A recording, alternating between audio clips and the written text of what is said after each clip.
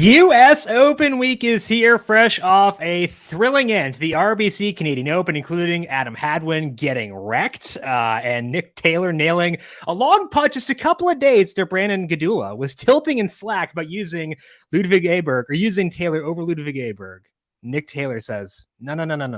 We're going to come through and win one for the team. We are heading to the U.S. Open this week. It is at Los Angeles Country Club. We'll hope to duplicate a fun week last week and breaking down this week's events, letting you know all you need to know about this course, about the field for the U.S. Open, and our favorite plays over on FanDuel.com. Welcome on into the Heat Check Fantasy Podcast, powered by numberFire.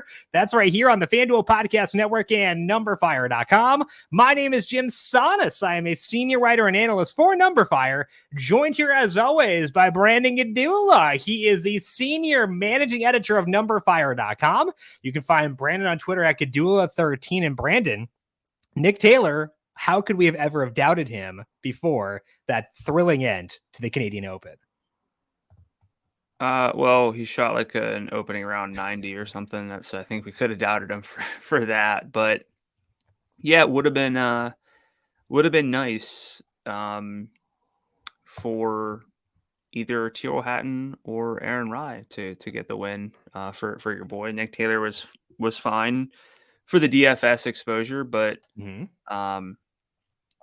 a dominant surge from Nick Taylor with top 3 tee to green numbers, top 10 putting numbers, got him the win. Tommy Fleetwood leading the field in putting. I thought I might end up with like a Tyrrell Hatton Aaron Rai playoff, and I was like, buddy, locked in for your win. Like, that'd have been sick, but of course Aaron Rai leads the field tee to green, but is 48th in putting. Hatton putted pretty well, but was still top 15 tee to green. So, it just goes to show how tough this can be sometimes.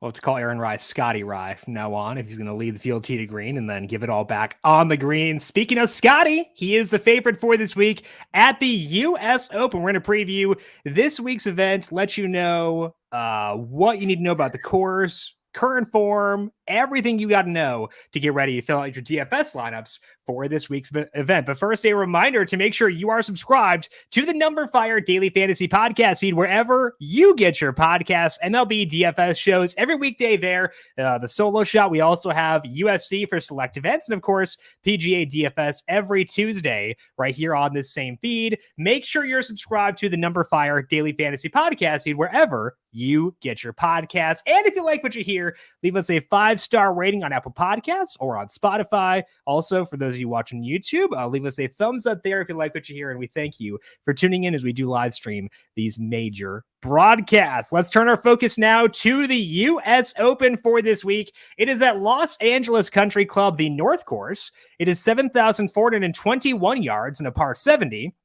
And we have not seen this course host a major. Previously did host the Walker Cup back in 2017, but very few guys in the field were at that event. The top 60 plus ties make the cut after the first 2 rounds out of 156 golfers in the field. So the cut rules here, pretty tough given the field size for sure. As always for a major, you got a lot of guys who might not be on the same tier as like the elite guys in the field, but still very tough to make the cut at the U.S. Open. Important to account for that when filling out for multi-entry and things like that. Brandon, as mentioned, we don't have any data on LACC, but you've looked at flyovers, you looked at the course map, the hole layouts and stuff like that. So after digging into that, what stood out to you as far as things we should prioritize for this week? Yeah, so this course is going to play long for a par 70, about 200 yards total, longer than the average par 70 on the PGA Tour. And it's going to play tough relative to par. That's typical for U.S. Opens. Past U.S. The most recent U.S. Open cut lines have been 3 over, 4 over, 6 over, 2 over, and 8 over. The past winning scores at U.S. Opens have been 6 under 3 straight years, 13 under, and 1 over. So like we know relative to par, it's going to play tough. But like, what's going to cause it to play tough? Well, first of all, the distance. Again, overall, relative to a par 70, it's long, but that's even with some pretty short holes. The 15th is a par 3. It's listed at 124. I think it plays like as short as like 85 yards. So like, there's gonna be some variance in the yardage based on how they set things up. The 6th is gonna be pretty much the talk of the week. It's a 330-yard par 4, which you think, oh, just based on distance, drivable. But if you look at the hole, it's pretty sick. It's a blind tee shot over a tree. If you want to go for the green, it's the smallest green on the property too. And if you miss it, you're gonna have kind of a rough time getting up and down. So the decision to lay up or go for it, I think, is going to be really, really intriguing. But if you look at a hole by hole breakdown, and I have this table up in my article on numberFire.com. If you look at a hole by hole breakdown, compare each hole on the course just in terms of distance to the average, hole on the PGA Tour of the same par. We have 10 holes that are at least 10% longer than the average. Basically, a lot of those are long par fours. But we also have 3 really long par 3s. One's 228, one's 284, one's 290 on the scorecard. There's a par 5 over 620 yards. So I think we're going to get that age old question of distance versus accuracy. For me, it's going to be distance winning out. I don't think you can really go wrong with strokes gained off the tee, though, for the main reason that if you look at these fairways, they're wide. You're not really going to be, missing fairways probably not going to be that penal unless you get into the barranca, which is a word we'll hear a lot this week. But the fairways themselves are very undulating, so trying to hit the right spots going to be very important. But that being said, it looks like it's going to be so difficult to do that accuracy itself's not going to be the determining characteristic off the tee. If you're just hitting your spot, but you're 40 yards back of other golfers who are just, able to bomb it and able to play out of whatever hazard they're in, you're probably going to have a hard time. Again, 10 of the holes. I like to kind of look at that hole by hole, because sometimes it's a few really, really long holes, but everything else is sort of average. This one, there's just a lot of long holes. And so you're going to be at a pretty big disadvantage if you're short off the tee. The greens also look pretty tricky.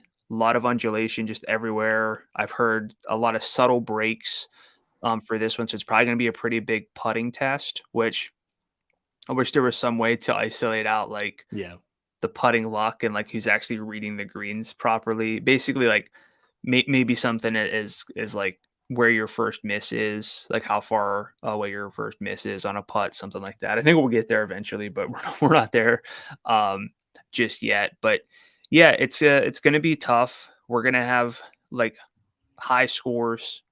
The cut line's probably going to be over par, even with the top 60 just getting through, top 60 in ties. So, it's going to be a tough all around test. It's a US Open. We don't know a lot about the course. What I think we need to elevate is guys with good off the tee play, guys with good approach play, and guys who can gain some distance off the tee because that translates throughout the bag.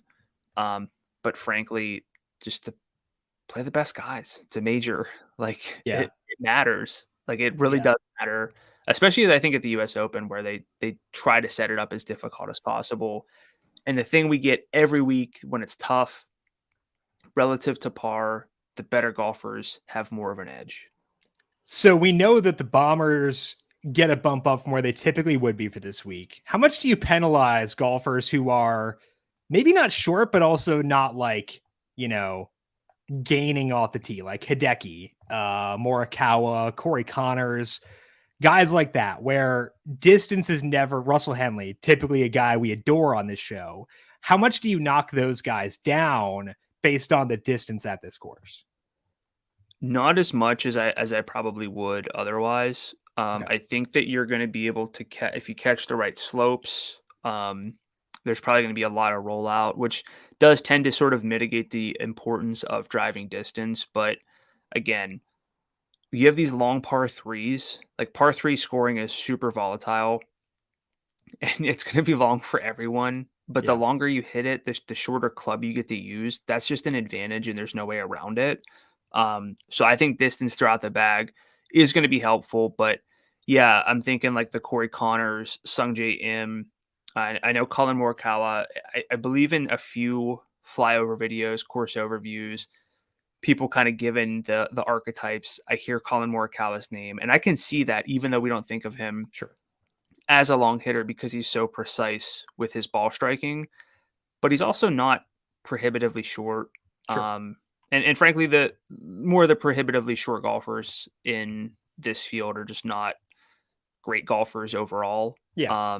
So that's kind of where I am. There's only a handful of names of really short guys off the tee that I even like to any capacity, like a Denny McCarthy, Russell Henley, Morikawa. I think these guys are still viable, but that's kind of the way that I'm playing it. And it might play where accuracy is what matters and distance Sure. doesn't, but I'd be pretty astonished if a course that plays this long overall and is set up this way is like tailored more toward the more accurate drivers. Yeah, same here. So bumping up distance relative to usual, we want strokes gained off the tee with emphasis on distance, want overall play, and the typical stats grading out well for this week. We'll dive into current form here and outline golfers who have been outstanding recently in just 1 second. But first, are you looking to have a stake in the U.S. Open all weekend long? Well, FanDuel has you covered with the PGA Eagle DFS contest, which is now live. Test your knowledge of the PGA Tour by putting together a 6-person lineup while staying under the salary cap and using FanDuel's live scoring feature. Follow along as you compete for a share of $350,000, first place taking home $100K, all for just a $9 entry fee, whether it's household names like Scotty Scheffler and Brooks Koepka or your favorite underdog. They tee off on Thursday. Plenty of options for you to fill out a lineup as you compete for first place. Thursday will be here before you know it, so submit your lineups on FanDuel today. Eligibility restrictions apply. Go to FanDuel.com or download the FanDuel app for more details. Let's outline some current form here because, as mentioned, no course history to dive into for this week. When you look at golfers who have been standing out recently, Brandon, which golfers are going to be the ones who are like the biggest excellers and are coming in the hottest for this week? The hottest guy on the planet right now, Scotty Scheffler. Everyone just knows Scotty. They're talking about Scotty and they're talking about the putter. But even with the putter, he is the best golfer in the field based on Data Golf's true strokes gained over the past 3 months. He's at a 3.07 from ball striking alone. So driving off the tee and approach, he's at a 2.89, which would put him above everyone else. His ball striking number is better than anyone else's total number in that span, which is pretty sick. He's losing an average of 0.41 strokes per round over the past 3 months. Now, putting is Scotty Scheffler's putting coming in is basically the talk of the weekend for me. Like, it's not the course, it's not, Rory or I almost called it off field, but like off course news. It's just like if Scotty Scheffler putts well, there's a good chance he like just runs away with this thing, which we can kind of see at US Opens. The thing about Scheffler is with putting, and I've studied this. If you look at putting, it is somewhat random. It's somewhat volatile week to week, but it's not completely random. His putting splits from within 15 feet, which tell us a lot about expected strokes gained putting. Not particularly good right now. This season, he's in the 24th percentile in putting from within 15 feet. So that's the big caveat with Scheffler this week. Even with that factored in, with the bad putting, he's the best player in the field recently. That's why he's the favorite. He deserves to be the favorite. It is what it is. Xander Schauffele is at a 2.52. He's got 5 straight top 20s at majors, 7 straight top 25s overall, currently. I don't know what else you want from a golfer. His major record, while not having a win, is phenomenal. It's as good as it gets. This is one of those things where it's kind of like a coin flip. situation or like a Rorschach test of like what is it that you're seeing, and we could see Xander Schauffele with like the number one by his name for this U.S. Open or a trophy or whatever like site you use shows that he won, and then you go back and look. Oh yeah, 7 straight top 25s. He's been top 25 straight majors. Makes sense that he won. Or you can go the other way and be like, well, hasn't won a major yet, so he's not going to win a major, which I think is always a silly argument to make for golfers because they have to have a first to get, more. And I mean, if Xander's going to get to like 15 or 20, he's got to get one here soon. So I think he's in the running for that. Tossing out big numbers out there. Third is Brooks Koepka. Now, here's the thing. This, Data Golf's numbers, they account for other tours, including the Live Tour. They adjust for field strength.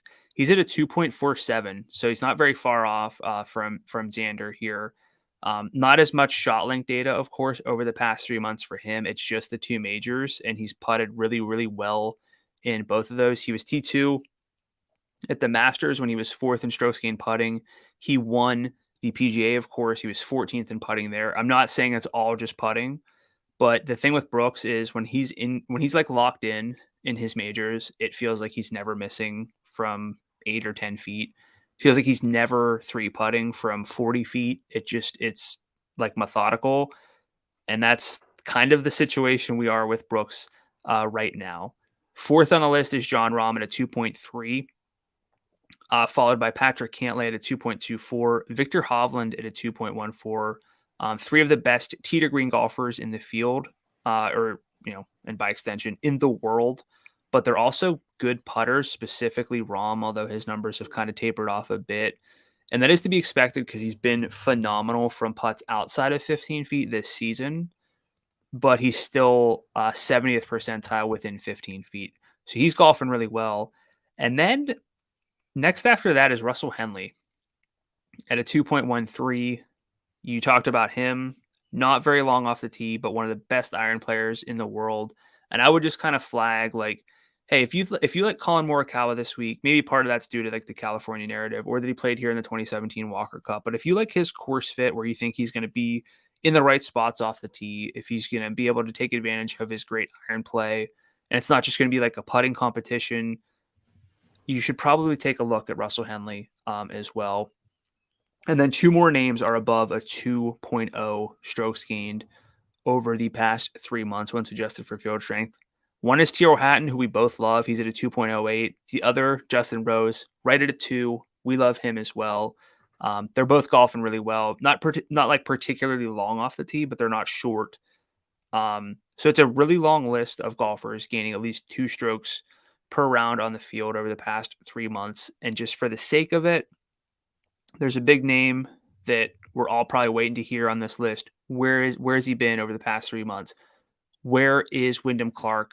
He is basically at the same level as Rory McIlroy at a 1.92. Rory's a 1.93. So Rory does have him here, but it's very close, and those are the next guys on the list.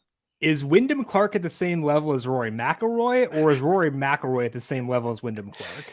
Like, because I feel like we can compliment Rory by saying he's at the same level as Wyndham Clark. Give some props to Wyndham Clark right now is if Rory could putt, basically. I like that.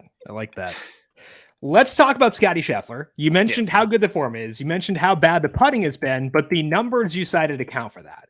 So let's talk about this from a DFS perspective. Scheffler does come in at the highest salary on FanDuel. It's $12,100. What are you doing with Scheffler for cash games? I assume he's probably a lock there. And then what about for tournaments? How are you handling Scheffler in your tournament lineups this week? Yeah, cash games, we're talking best process plays, not really caring about popularity or game theory. I don't know how you don't have Scheffler here. I still feel silly liking Jon Rahm more than Scheffler for the PGA, just because to me, Rahm's game is more complete due to the putter. Not a whole lot's changed, honestly. Yeah. Rahm is second in like tee to green game ball striking specifically over the past 50 rounds of guys with relevant recent data behind just Scheffler, and he's a good putter.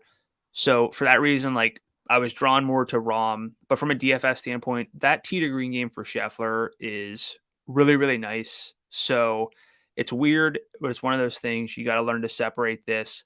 In DFS, I prefer Scheffler.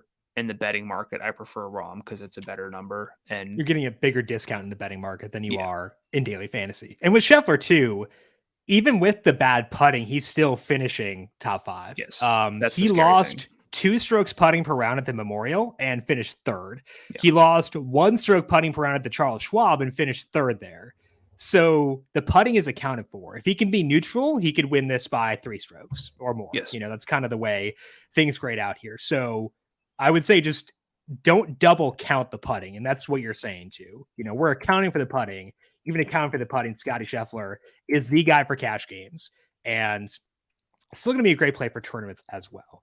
Let's talk about Xander too, just briefly, because you had mentioned him. His salary is 11-1, and I think that's kind of low. Personally, I know you're more the Xander guy than me on the show. But Schauffele, like in DFS, you don't need only one player can win, and you have 6 slots. So not every player in the lineup can win. Let's say hypothetically you guarantee Xander does not win, which has been the case so far in majors. Oh, come on, man. Sorry. Come on, I'm about to compliment him. Calm down. In majors, backhanded measured compliment, maybe. In majors, I'm ignoring you. Xander Schauffele has 10 top 10 finishes in 24 starts. That is a 41% top 10 rate. That's bananas. So even if he does not win, even if this trend continues for Xander, he can still be a very good daily fantasy play. And I'd be curious. I don't think you have this data on hand, so don't look for it. I'd be curious how many majors he has been in the optimal lineup on FanDuel, the perfect lineup. I feel like it's been a decent number. So you can criticize, like, I don't go this route. If you wanted to criticize Xander for not winning majors, fine. You can do that. You don't have to bet him. But like, that does not disqualify him from being a great DFS play because A, he can win. It's a fact he can win. And B, he's been nuts even when he hasn't won in majors. Again, he has 6 top 5s in majors, 10 top 10s in 24 majors total. Like, that's disgusting. So I feel like at 11-1, Xander is a pretty key value this week. Yeah. I don't think he was in either of the optimals this year. The distinction that I would just make though is, and I'm not saying like how you presented it is wrong, but there's the optimal lineup where you like cherry pick the best plays. Right. And then there's the optimal lineup where you try to maximize the odds that things happen. Mm-hmm. And in that regard, like, Xander's just good. And I don't like, look, anyone who's listened to the show for a long time knows I like Xander a lot. And the reason for that is because he's very good relative to perception.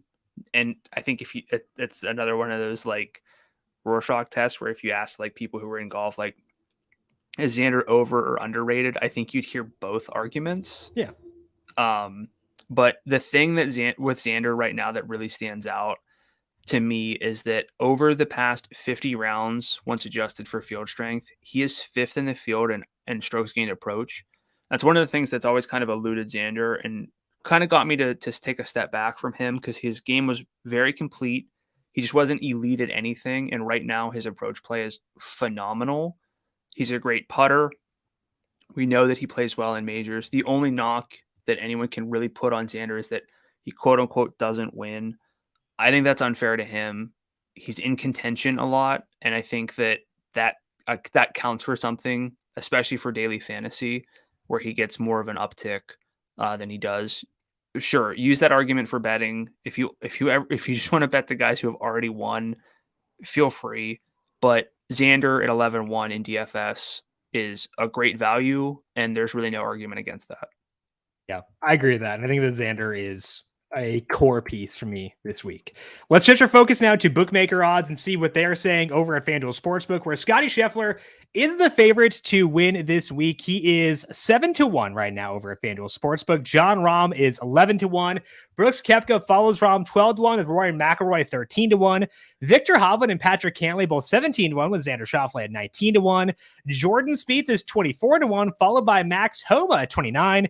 Cam Smith is 30-1, and Tyrrell Hatton rounds at the top group at 32-1. Now, Brandon, if people have listened to the Heat Check before for majors, they know we'll often discuss the value of a balanced build, because the guys in the 10,000 range are phenomenal golfers. In the high 9,000 range, same thing. We get that this week too, because Hatton, 32-1 to win, but his salary is $9,800. We got Cameron Young in the low 10,000 range, Jason Day, Tony Finau.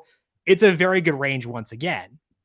But we also have these like suns at the top that everything orbits around in Scotty Scheffler and John Rahm, SUNs.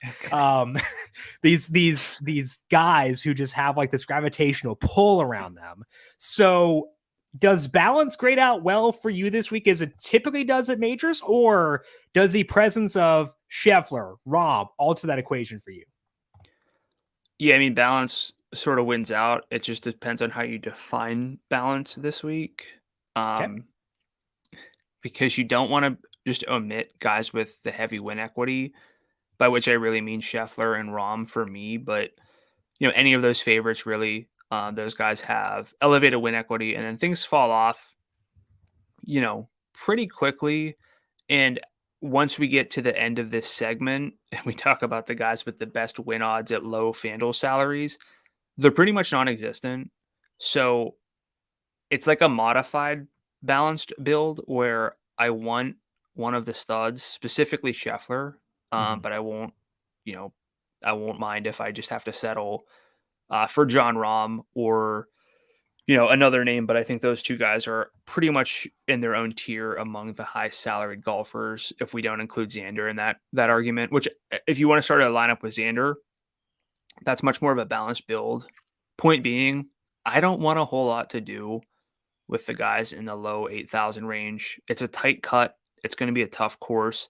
Yes, the ones who do get through and finish strongly are going to be really, really great to have in your lineups. The odds of these guys having great performances are just pretty low. So the predictability factor, again, goes back to like, sure, the optimal you could cherry pick. Well, this golfer at 7,900 finished 13th, and you needed to have him.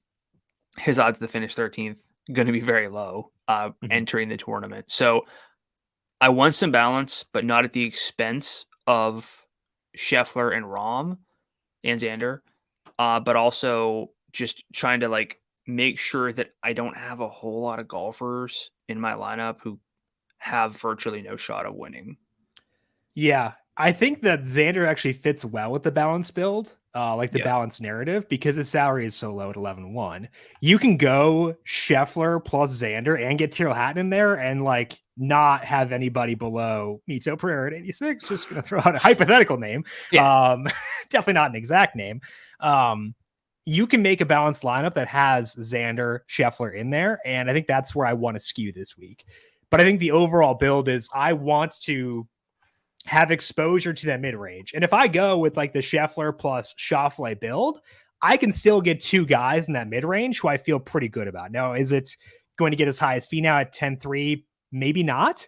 But I can still get exposure to that range without sacrificing a lot elsewhere. So honestly, to me, I feel like the presence of Scheffler and Rahm does not negate a balanced approach. It just alters the way I do it, which is kind of what you were saying at the top, where it's kind of the path you get to balance. I can get there and still feel good about it. The question though I have though is, does that mean we're overlooking the guys right below Rahm and Scheffler? So we got Brooks Koepka at 11-9. You mentioned that when Koepka's on, he's on and he goes nuts, and he seems like he's on right now. Rory McIlroy's looked a lot better the past couple of weeks. He's 11-7. Patrick Cantlay has been phenomenal for feels like decades now. He's 11-5. Victor Hovland coming off a win recently. He's 11-3. Are we overlooking that second tier if we go Scheffler or Rahm, then Schauffele, then fill out the rest? Yes, because we're always overlooking somebody in these fields, these majors. It's the only way that it can work. And if you're focused a lot on, well, I need to get some Cantlay, need to get some Rory, then you're probably overlooking Scheffler. And for us, it sounds like Rahm, who we have like in that tier. I think Rahm's an interesting case where maybe people view him outside of the Scheffler tier, maybe more in like the Koepka Rory tier. I don't know yet. Little early to say. But yeah, we are overlooking them because you have to overlook some people in a major. And I'll just spoil what I would say at the end of the show anyway. the thing that was really standing out to me during all of this is we're talking Scheffler, we're talking Rahm. Brooks could go out and win again. Rory wouldn't astonish anyone if he won. Cantlay, I think, would astonish some people just because, again, he gets unfairly treated, but his major record is trending up. His performance, his stats right now, phenomenal. So yeah, we are overlooking them, but I don't think there's any way where you cannot unless we're saying play everyone, we got to Yeah. overlook somebody. So I think that's just kind of where that tier is. Yeah. I think the one guy there who I want to make sure I get in Yeah, who do single you have the entry most one. fear not having? Well, most fear of not having is Brooks, Yeah. but that's a different discussion. Okay. The guy I most actively want to get to in like single entry format specifically, because in single entry, the mindset is I can't really fade Scheffler and Rahm in single entry, and I don't really want to. And like if I have 3 single entry lineups, I'm probably going to have Scheffler and Rahm, in 2 of those. But I kind of want to get Rory in there for single entry lineups because I feel like he's going to get glossed over. And that's justifiable because Scheffler's tee to green game is on another planet right now. If he is neutral with his putter, he could torch the field. Jon Rahm is a good putter and also has a great tee to green game. And I think that's going to allow Rory to kind of slip into the radar. He's looked a lot better recently. This is a course that where his distance can kind of shine. And relative to the studs, I mean, it's not like Scheffler and Rahm are both long off the tee. Like Scheffler longer than it used to be too. Like that's been trending up as well. But like Rory is still like the guy there. So I feel like if I'm going to buy into Rory, quote unquote, buy low. I did use him last week too. So this is not really just like buying low. But like I feel like if I have like a quote unquote conviction play for single entry where I want to make sure I get there because I don't think others will, I think Rory might wind up being that guy. I think that's fair. Pulling up fansharesports.com right now. Really looks like Scheffler's getting a lot of buzz, which is deserved. And then there's some other names like Brooks and Hovland who kind of jump out, but that everyone else in that tier, more or less the same. That's not to say any of them are an afterthought, which is pretty much what you tend to get at majors. Maybe by Thursday, one or two of the guys in like the 10-5 and up range come in at a really, really low draft percentage, but nobody's really sneaking up on us in this range. It's more trying to find that leverage, like you said. And I think unless you go really, really heavy at Scheffler, you're not going to get leverage, but you can probably get leverage on almost anyone else there. So this is the most fascinating tier always for majors is which of these guys are you kind of locking yourself into? One thing you could try to do is have a really small pool if you're like multi-entering, even like 10 or more lineups, and you're like, there's like these 4 value plays I like. I'm going to rotate them in, have it really tight, and then mix in the studs. You could try to do that and try to hit the guys who finish 1-2 at the top. That's viable. It's a lot more risky, in a lot of senses than trying to attach your lineups to a Scheffler and like Scheffler, Xander, and then rotate in more of the less certain guys. But a lot of ways to play it.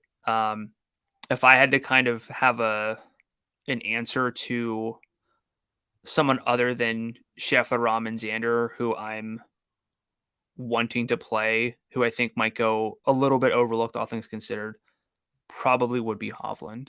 Okay.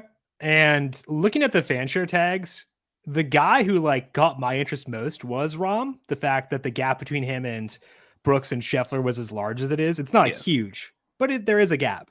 So I would say the person, like when I circle back Wednesday night, finalizing lineups, the person I want to check out first in terms of like projected roster rates is Jon Rahm. Yeah. My assumption is that by then Rahm will have separated from Rory, and that's why I've been fixating on Rory here. Is I think Rory will be less popular than Rahm, but if it's close, I think I would just get to Rahm. So that's what I want to check is where Rahm settles in. I think Rahm will be more popular than Rory, but that's what I want to look at. Let's go 11,000 and up so that we include Colin Morikawa in this.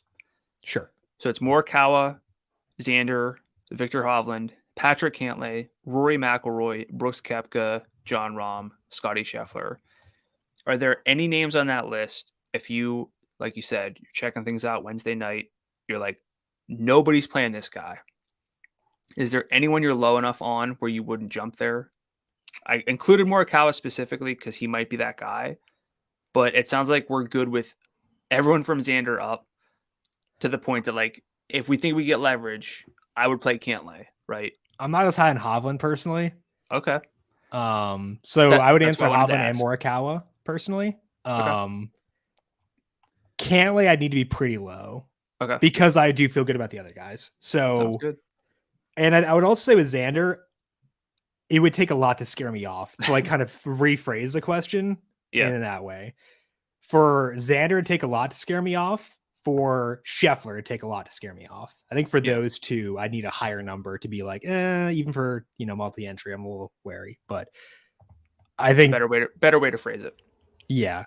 So in terms of like probably not going to get there, Morikawa's 1, Hovland 2, Cantlay 3 is the way I'd rank them.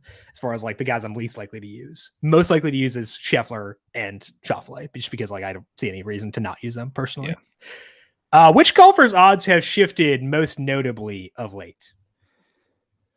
Scotty Scheffler shortened from 7.5 to 6.5 briefly, but is now back to 7. Xander 20 to 19, and I pulled these like, I pull major stuff a little bit early, but I think the Monday into Tuesday stuff is probably most notable. The really recent reactions: Tyrrell Hatton 34 to 32, Justin Thomas 48 to 43, Ricky Fowler 55 to 46. The Fowler one is interesting. What do you think has led to that? His salary is 95. So I think that from a DFS perspective, he's probably good regardless. Is it just the overall form being as good as it is for Ricky is leading the interest here? Yeah, he's sort of back in a lot of senses. Really like complete game for Ricky right now. Let's see here, past 50 rounds for Ricky, gaining almost a full shot per round in approach, which puts him 9th. He is 50th in distance, 30th in putting. It's the right profile for him to contend. I'm not saying like contend. Yeah. I wouldn't be astonished though, because this is different than Ricky in recent years. His game is back and it's sort of leveled off in a good sense. But we cite Data Golf a lot. If you go to their query, click on Ricky Fowler's name and look at his trend, it's just like a big dip where it went down, stayed down, and now it's like back up in a big way. So I like Fowler. I think he's one of the better plays of the week. He's been doing good stuff in good tournaments. I know he missed the cut at the PGA Championship.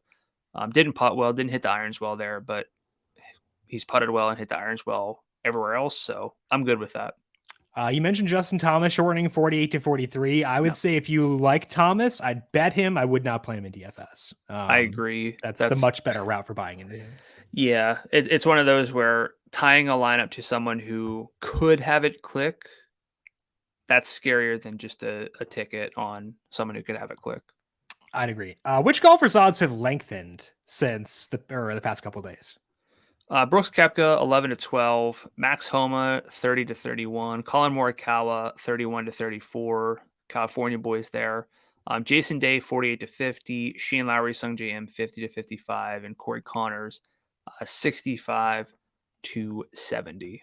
That to me says the non-bombers aren't getting love in the betting market because Morikawa, Connors are guys we highlighted a bit earlier on as being, guys who are not super long off the tee.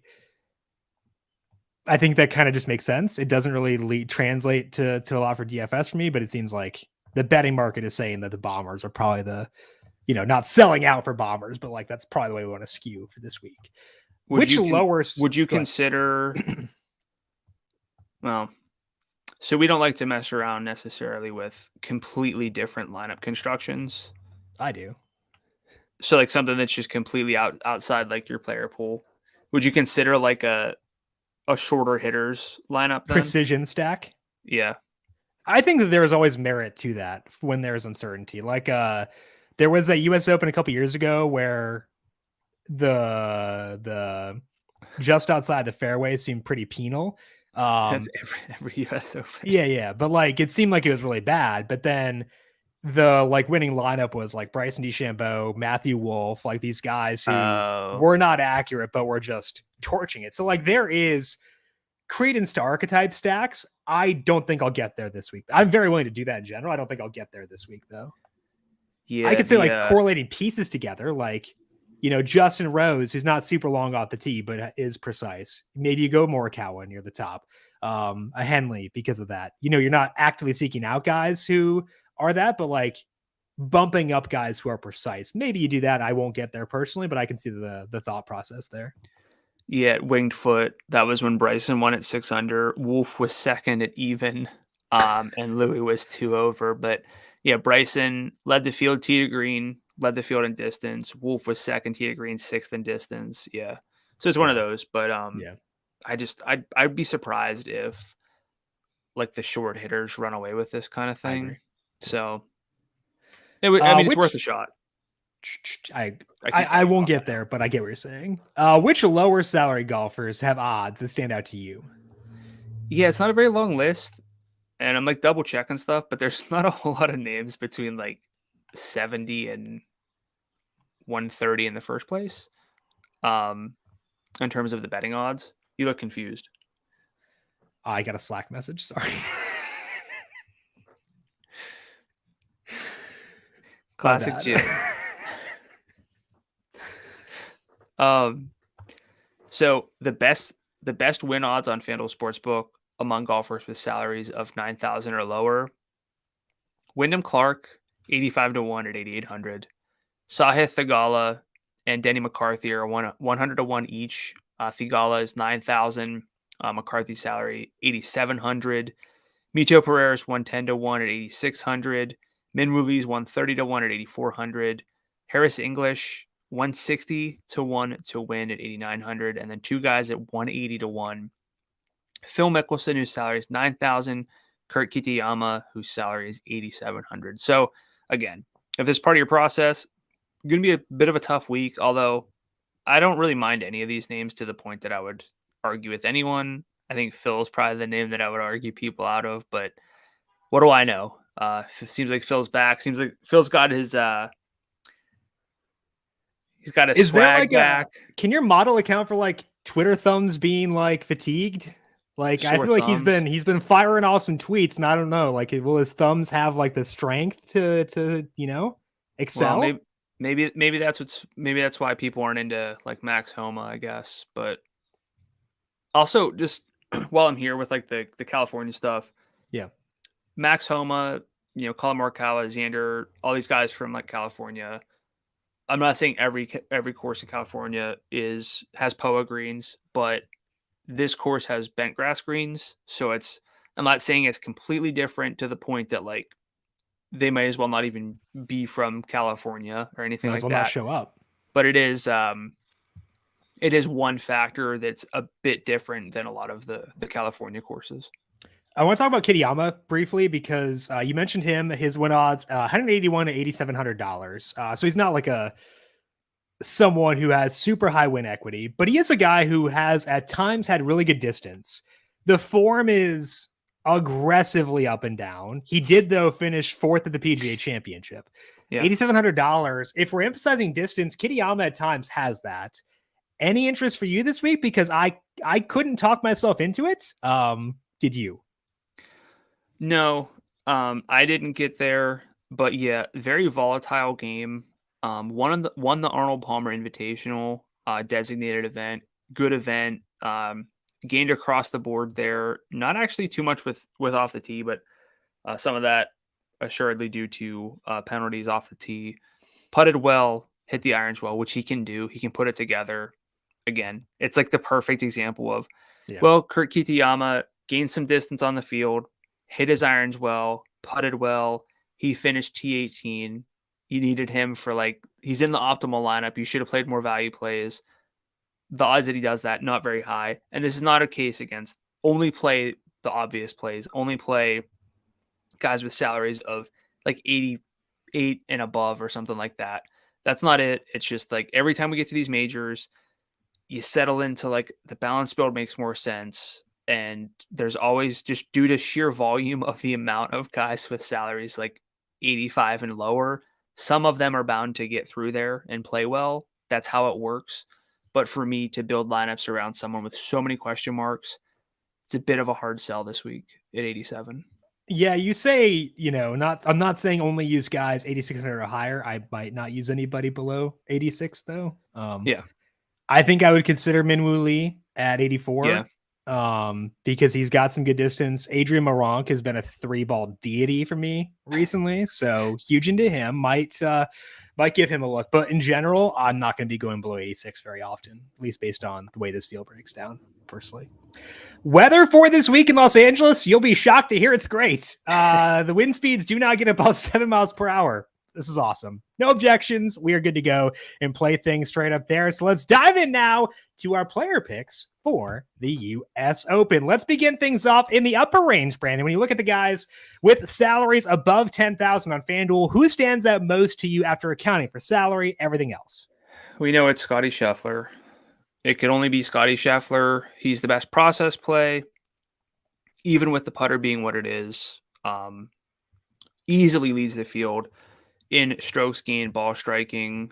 I don't remember if I cited this on this show or covering the spread. I can never keep it straight. But over the past 50 rounds, he's gaining 2.8 strokes with his ball striking, which is more than anyone else is gaining total. If he actually had positive putting in that sample, he would be even farther out ahead. For an extra, 100 on Jon Rahm in terms of salary, that's just not a big enough gap, like process-wise, to prefer anyone to Scotty Scheffler at the top of the board. Game theory is different, betting's different, but DFS, FanDuel, these salaries, Scheffler is the most logical play of the week. For cash games, I agree. Scheffler will be the first player in our head-to-head this week. I will feel great about that. I will not question it. I think that he and Xander are like the free squares for cash games this week, and then you go from there. For tournaments, I have Rory here, but I think I want to make it Rory-Rahm hybrid and kind of check back on roster rates on those two guys on Wednesday night, because both those guys have the ability to win this event. I don't think they are as far from Scheffler's perception when they are at the top of their games. And Rory surged back here recently. Obviously couldn't close things out either of the past 2 weeks, but he was in the hunt in both those as well. 7th, 7th, 9th. He's had tremendous driving. He does benefit from distance here as well. So he's still having some issues around the green. It's kind of going to happen. Iron's not super consistent, but I think he's interesting. And then with Rahm, it's primarily just seeing the fan share tags being pretty low on him. He obviously has distance too. The irons at the Memorial were fantastic. We talked about Scheffler at the Memorial, but Rahm also lost 1.2 strokes putting there and finished 16th per round, I should say. And his approach was phenomenal. So I kind of want to get a read on which those guys will be flying further under the radar. And I think they both make a lot of sense. So that's to me, the number 2 player pick is judging sentiment between Rory and Rahm and deciding which one I want to buy low on. But for cash games, it's Scheffler. I'll be on Scheffler for tournaments too, but want to make sure I get to those guys as well. Who else do you like here in this upper range? Sorry, we can circle back to this, but we finally got tee times before a show ends, which is nice. Yeah, I already got my 3 balls in for the week. I only got 4 this week. Pretty disappointing. Out of 52 total. I think the one to watch is going to be Rory McIlroy, Hideki Matsuyama, and Brooks Koepka. It's pretty fun. That's going to be... I did bet Rory at plus 150 in that, I think. That's going to be fun. I'm pretty sure Rory's in that one. With everything going on and Hideki just like hanging out. Rory plus 150. What could go wrong, right? Yeah. Xander, Hovland, Rahm. Boy, I like that. Speaking of, if I'm not going with Xander as my other cash game anchor, and I'm trying to get a little bit different, and even with that, I like Victor Hovland this week. it's one of those situations where I trust the long-term data a lot, but it seems like Hovland is turning a corner in a lot of areas to the point where his game is so stable right now. He's also, every time we sort of get to a major, the answer to distance or accuracy is both if you can get it. And like Xander has that, Rom tends to have it, Hovland has it. So that's what's always appealing with Victor Hovland. Um, Top 10 ball striker over the past 50 rounds in the field. The around the green play is obviously, still a bit of an issue, but even with that, he's been playing well at majors, 4th at the Open, 7th at the Masters, 2nd at the PGA Championship in his past 3 major starts. The wedges could be they could be his undoing. I get that. It's still a small part of the game. It's a volatile part of the game. And if Victor Hovland, does what frankly Scotty Scheffler can do and just lead the field tee to green, like Hovland's a good putter too. People might not realize that because his short game with like the wedges is a bit of a red flag, but I think Hovland at 11-3 deserves a lot of attention. Cash games, I really want to start Scheffler and Xander. Tournaments, I think Hovland is a name that I'm really, really looking to for this week to try to differentiate a bit if he winds up actually being somewhat not chalky. Yeah, I mean, as mentioned before, I'm not as high at Hovland. That's just because this range is so good, and primarily because Xander Schauffele is right there at 11-1. So because you hate Xander and we'll never talk about him on the show, you despise him, you will never give him credit, you're constantly belittling him. I have to like console him in our group text to let him know. They're like, no, it's, just let him be. I'll talk about him here as my second player pick. Schauffele again, 11-1. He's not a bomber, but he's also not losing a lot of distance to the studs off the tee. The irons on another level right now, as you've alluded to, really picking up there. And the short game is sharp as well. Schauffele's finished 18th or better in 6 straight majors. He hasn't won one yet, but he's constantly lurking. And at some point, variance will break in his favor and he will win a major. And again, even if he doesn't, he can still be a great DFS play. So at 11-1, I have a hard time not being on Xander regardless of format. So Xander will be in our head-to-head. You mentioned you want a Scheffler Xander start, so we will at best have a 4v4 because I will be doing the exact same thing, not just to block you, but also because I think that's the right way to play things for this week. So to me, Xander Schauffele at 11-1, a tournament and cash game staple for me, and a guy I want to be on pretty heavily. Moving to the mid-range, who stands out to you there? So Data Golf has like everything that you would ever want, but I just wanted to clarify this with Xander. His 4th round performance when he started inside the top 10, he's played 0.43 strokes better than expected. And overall, just like disregarding his starting position for the 4th round, 0.51 better than expected. So he's good, and it's not that he chokes. It's just winning golf find is that hard. for Rory for me. Please don't. Well, actually, I guess the Masters last year, maybe he obliterated that. So I don't know. If we were, well, we'll talk about that later. What? Let's talk Tyrrell Hatton. Okay. He is probably, I think you make the case where like it's either Xander or Hatton, the most undersalaried golfer relative to like expectation. But I like Hatton. Sounds like we might be trending toward a 3v3. And there's also one value play we both love. So it's been tough. And I am thankful that we've quit refusing to talk about the same golfer here. And then we just kind of do it more organically for other golfers we like. Cause it's really hard not to have Tyrrell Hatton as like the top play in the 9,000 range. Just if you look at his game, he's basically like a Xander or a Cantlay where there's nothing in his profile that's bad. Over the past 50 rounds, he is no worse than 26th in any of the 4 strokes gain stats. And the 26th is in around the green play, which is the least important. 46th in distance, gaining about 6.5 yards on the world average golfer. He's also accurate. Like, I wouldn't be astonished if he were to come out and break through and win this thing. Again, I've kind of said it. Like, I wouldn't be surprised if we get a first time major winner here, just given the course. But he's going to be one of my favorite DFS plays of the week. That's for sure. Yeah, I mean, like, I know we can overlap, but like, I don't think I could have found a different route to go here. And it's not like to say anything negative about the rest of this range, because like there are justifiable plays. Like Bryson looked pretty good at the PGA Championship. He's 98. You can definitely go there. I think, you know, Justin Rose, Ricky Fowler, we'll talk about them in a second. You could justify them too, but Hatton, I think, is kind of the standout here. 98 is too low, even before you account for what he did last week. Like if we had just looked at this on Friday and been like, I probably want to be on Hatton at 98.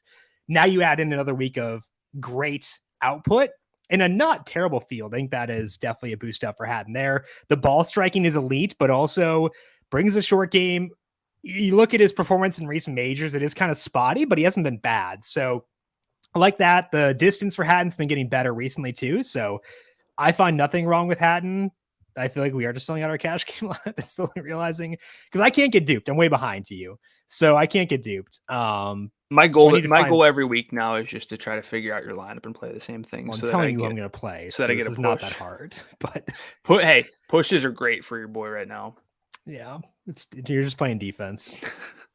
You're in high school basketball with no shot clock, and that's how we're playing right now. Yeah. Who else do you like in the mid range besides Hatton? Zone defense.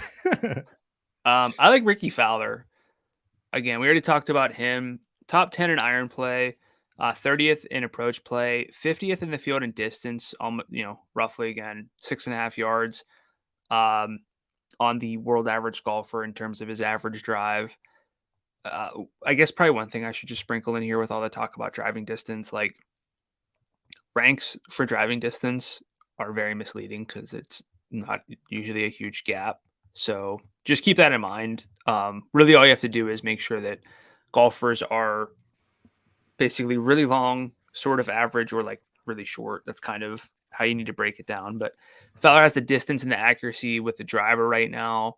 Great irons, really good short game, great salary of 9,500. I think he just makes a ton of sense. The only like knocks for him, of course, the major performance in his career and not a whole lot of recent majors, but did miss the cut at the 2023 PGA. That was his first championship. Major since the 2022 PGA when he was T23. So like, I'm not going to knock him too much for that just because the form has been bad, but he is trending up and that's a good salary for him. And I think if you look at Ricky when he was struggling, his major performance then wasn't terrible. So it's not like he cracks under pressure or anything. I wouldn't think. Maybe that's just me, but so I've seen nothing to really concern me too much with Ricky. He's actually the default name that comes up when you pull up the pressure tool on Data Golf. Is it? Yeah, it's Ricky. That's pretty funny. I mean, but like, maybe it's because he hasn't really been in contention enough recently to like qualify as crumbling, but you know, I don't know. There's nothing that's too concerning for me. And I meant pressure more so as in like big events, more so than like final rounds. I didn't even mean like, oh, he's dreadful. It's just, it's funny that he's the name because he's played almost to expectation, like in the fourth round. Yeah. But you know, it is what it is with Ricky.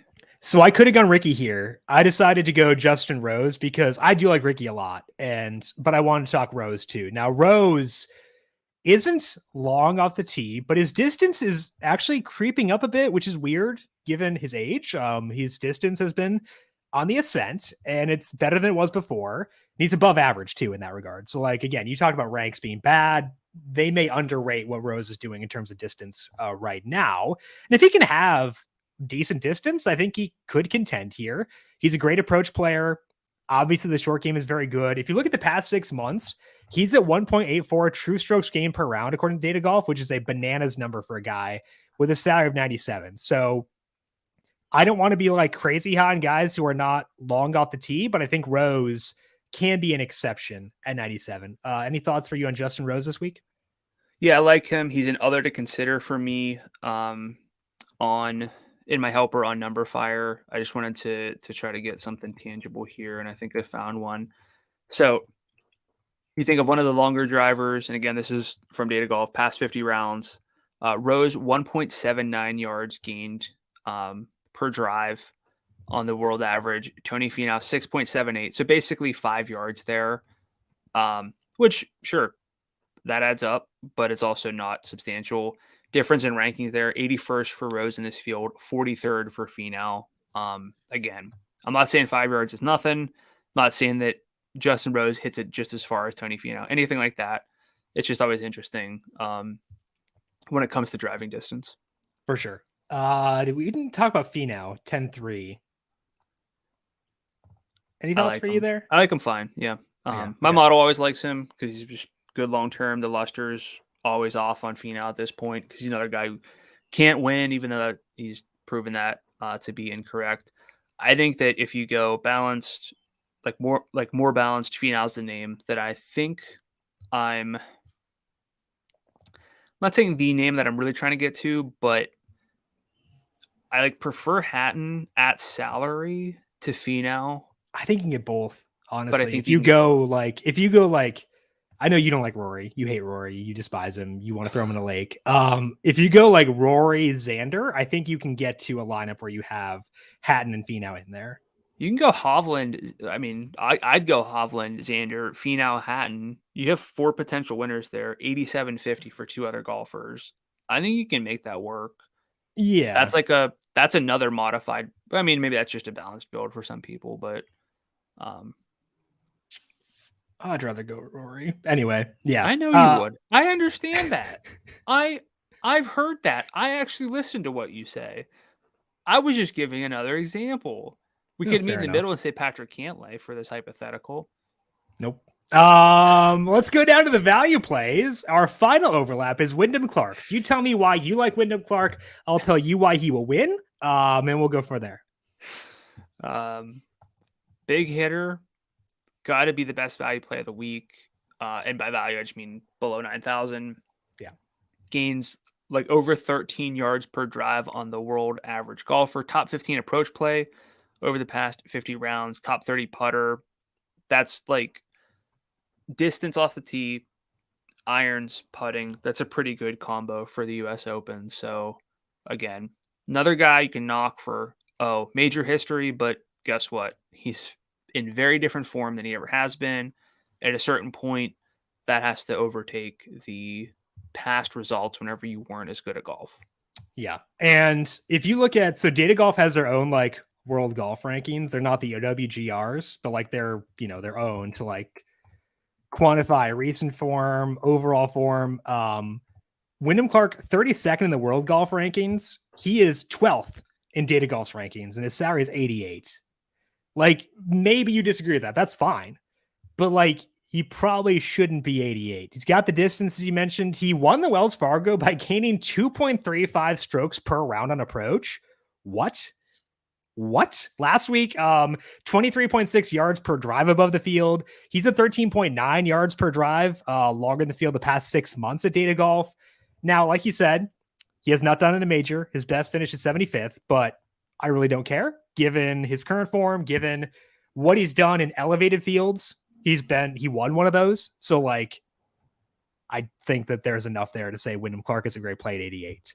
So Wyndham Clark, our top value play for both of us. Who else do you like in the value tier this week? I'm going to go kind of against everything here, but Denny McCarthy. Bet me. Sorry, I'll let you finish. Go ahead. Bet you what? Denny versus Mito. No. Why? I like Mito fine. My model likes Mito too. He's not your player pick, and I'm giving you $100 in salary here. Come on. Get out of here with the $100 in salary. I can't stand it when you do that. McCarthy is actually a plus tee to green lately, plus in each of the individual tee to green stats as well, which you probably wouldn't expect. And of course, one of the best putters that we have on tour, 97th percentile putting from within 15 feet this season, T7 at last year's US Open, T29 at this year's PGA, the 2 most recent majors he's had. Solo second at Memorial, losing to Hovland in a playoff, probably easily could have won that. I mean, Hovland deserved to win it too with how good his tee to green game was too. But like, again, we want distance. Even if someone is a little bit short, it's not like the end of the world if the game's complete. I think the salary is right for Denny, and I kind of like him as a value play this week. So you mentioned that Denny lost in the playoff at the Memorial. Yeah. But you know who finished third in the Washington, D.C. live event? It's Mito freaking Pereira, man. Mito Pereira. Who won that one? I have no idea. Could not tell you. Do you know? I'll look it up. I'm a little rusty on my. Yeah. But Mito finished 43rd at the Masters, which is not great, but terrible short game there. He finished 18th at the PGA Championship despite terrible putting there. And he's had some good finishes in the live events recently, as mentioned. Third in DC. What else could he possibly need? He's got the distance to hang at this course as well. Salary for Mito Pereira, $8,600. I was in on the Masters. That did not go great, but I'm back in. Mito Pereira, $8,600. I think there is enough there to justify going back to him once again. Who won the DC live event? Harold Varner, which I actually I did know that. Like, I know he won recently. I just didn't realize that they hadn't played since that event. I don't think he I'd tried to do one of the last chance qualifiers for the U.S. Open or no? What? Did he try to do one of the qualifying events for the U.S. Open or no? Who? HE3. I don't know. He should have. I miss him. But I mean, losing to Harold Varner's no big issue. Any of us could do that. Sure. And no concerns with Mito there. Losing to a champion. So I like Mito a lot. You mentioned he was another to consider for you, I believe, correct? Yeah. Just a great ball striker. One of those names where we're always going to remember his meltdown at the PGA Championship. But again, it's like, had he won that, can guarantee you his salary would not be $8,600 right now. The betting odds would be shorter. Stuff like that really does impact things. But the reality is the stats are great. And, if he can bounce back from blowing the PGA Championship to finish third at Live DC, I think that he's got to figure it out. Exactly. Pressure was the exact same for both events. So, I get it for sure. Okay. Win picks for this week at the US Open. I still need to make up a lot of ground here because I didn't have Rory. I had Rose last week. Mm-hmm. Couldn't quite get the job done there. I had to sweat bullets with you and Hatton. Based on the odds at FanDuel Sportsbook right now, who are your win picks for the US Open? John Rahm at 11-1 and Xander Schauffele at 19-1. I am shocked to hear this. No one saw this coming. I think they're both good picks. Thank you. I think the thought process around Rahm is stellar. I think Xander is also undervalued at 19-1. So if you had not picked them, I would have considered them. But I'm not in a position where I can block you because I am playing catch up. So I need to find someone else. Wait. Are you playing catch up in both the head-to-head and the betting competition? Oh, yes. And I lost the NFL head-to-head against you. I've lost a lot recently. I'm fully open to being, we don't hide here on the Heat Check. This is payback from when. Wait, how long ago was? Oh, was the one where you didn't use Xander at the last event and I beat you because of it? Because he eagled his final hole. Yeah. That was 2 years ago. Probably. Yeah. It's been rough, man. It's been some hard times out here. Yeah, I didn't even. How far behind am I now to you? I don't think we did the tour championship last year, where I just didn't log it because it was already decided. It's 14-9. Okay, that's doable. In the season standings. You still have plenty of time to make it up. We're good. Okay, win picks. Consideration set for me does include Brooks at 12. I think that's actually kind of interesting. I think Rory at 13 is a consideration for me too. Would be in line with what we discussed the entire show. So that would be a deviation from usual where I talk about something we discussed in the entire show. There are 3 names that are on the board that I would just be like, if they're out ahead by 4 shots on Sunday, it's like, of course they did that. And it's the 3 favorite. It's Scotty Scheffler, John Rahm, and Brooks Koepka. Like, those are some of the most no-brainer. Like, well, of course, like this guy's doing this. I don't really feel it with anyone else to like run away with it. But Brooks is very scary, is what I'm getting at. Do I have time to make another coffee before you Yeah, pick? probably. So I'm deciding, do I do 2 bombs or 1? Should I write in Wyndham Clark for you? Well, he's one of the 2 bombs, as Yeah, you know. I know that. Wyndham Clark is 85-1. Mito Pereira is still 110. No, he did. No, he's still 110. I thought he shortened 100. I thought it was like, there are dozens of us out here. Stuffing from Mito Pereira.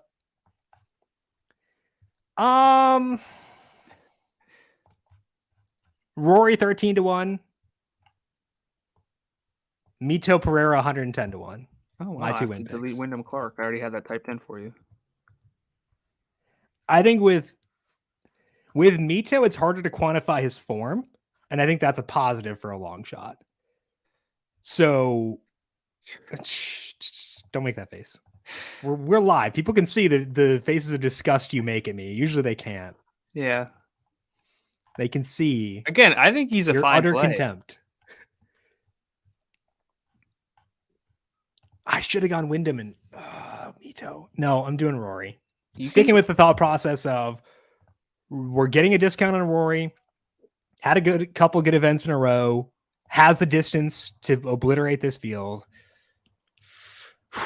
So I say this as someone who both really appreciates Rory McIlroy for like who he is based on the fact that he has more or less he's had the PGA Tour on his back for a couple years now, and is also I always respect like people who are prodigies and have really nothing to point. Yeah. Like have context for life and everything. Yeah. And I'm so like that's the first part of it, and the second part is I don't bet or like make decisions based off of this, but if Rory, Scheffler, Rahm, and Brooks are all like 6 shots ahead of the lead on Sunday, do you think Rory's going to win? Well, no, because they'll already be 6 shots ahead to begin with. No, it's like those 4 guys are. It's like basically a 4-man race. It's not really a fair question because his odds are longer than them at 13-1. Oh my gosh. I'm being honest. I just like it's so tough because I sit here and say it's silly to knock Xander for like not winning. It's silly to do this and that. I just like it's almost like I need to see it from Rory before I can believe it. And that goes counter to everything that I say about like everyone else. I hope he wins one soon. I just hope it's not this week because I hope it's John he'll have to Rahm or wait Xander. because Mito's already locked up this one, so he'll have to wait, which is okay. There's no shame in losing to Mito Pereira. Just like there's no shame in losing to HV3. So, okay, you have John Rahm 11-1. And Xander Schauffele 19-1. I have Rory McIlroy 13-1 and Mito Pereira 110-1 to win for this week. Any final thoughts for you before we close up shop for the U.S. Open? As usual, we kind of overlooked the Live Tour guys other than Brooks. Cam Smith 10-9. I don't think he does enough for me relative to Xander or Hovland if you want to lump them in together.